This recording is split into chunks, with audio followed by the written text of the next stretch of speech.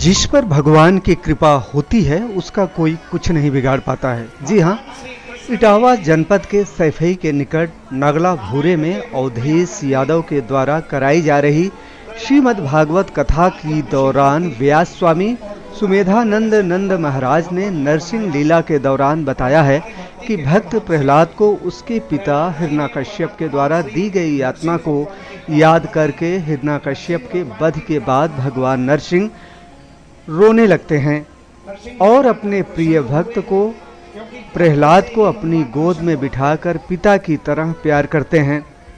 भगवान कहते हैं, मेरी भक्ति के कारण प्रहलाद तुझे तेरे ही पिता के द्वारा मारने की नियत से पर्वत से नीचे फेंका तो कभी जल में डुबोया गया तो कभी अग्नि में जलाने का प्रयास किया गया, तो आज लोहे के गर्म खंभे से तुझे बांधा गया।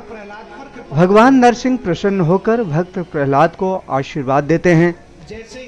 स्वामी सुमेधानंद महाराज के राजा वली की लीलाओं की कथा सुनाई, जिसमें भगवान स्वयं ब्राह्मण का वेश धारण करके महादानी राजा वली से 3 पग भूमि मांगने का संकल्प दिलवाते हैं और फिर राजा वली का सब कुछ 3 पग में नाप लेते हैं।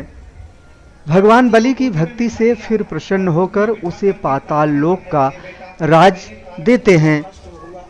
स्वामी सुमेधानंद महाराज कहते हैं कि जिस पर भगवान की कृपा होती है उसका कोई कुछ नहीं बिगाड़ पाता है।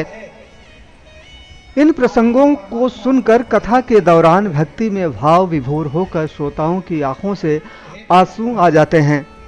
भक्ति युक्त वातावरण में भगवत कथा के दौरान राम जन्म और अंत में कृष्ण जन्म की लीलाओं का वर्णन किया गया। मथुरा से ओमवीर सारस्वत की रिपोर्ट। मुखारविंद चूम चूम कहे प्रभु,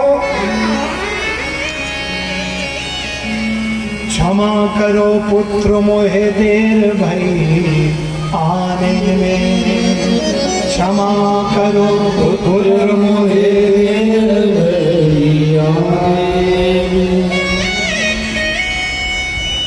प्रहलाद के नेत्रों में आंसू भर आए।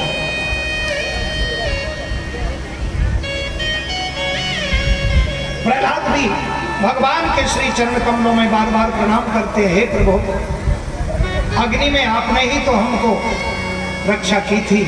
जब मुझे आकाश मार्ग से गिराया गया तो फूलों की सेज बनकर के प्रभु आप ही तो आए थे। जल में मुझे जब डुबाया गया तो कूर्म कच्छप बनकर के आपने मुझे अपनी पीठ पर बिठाया और जल से मुझे बाहर निकाल दिया। आज इस सभा में लोहे के लाल खंभे से मुझे चिपकाया गया, तपाया गया, लेकिन चींटी बनकर के प्रभु आप ही तो चल रहे थे। हे नाथ, आपकी कृपा से ही तो मैं बचा हूं, आपकी कृपा से ही मुझे यह जीवन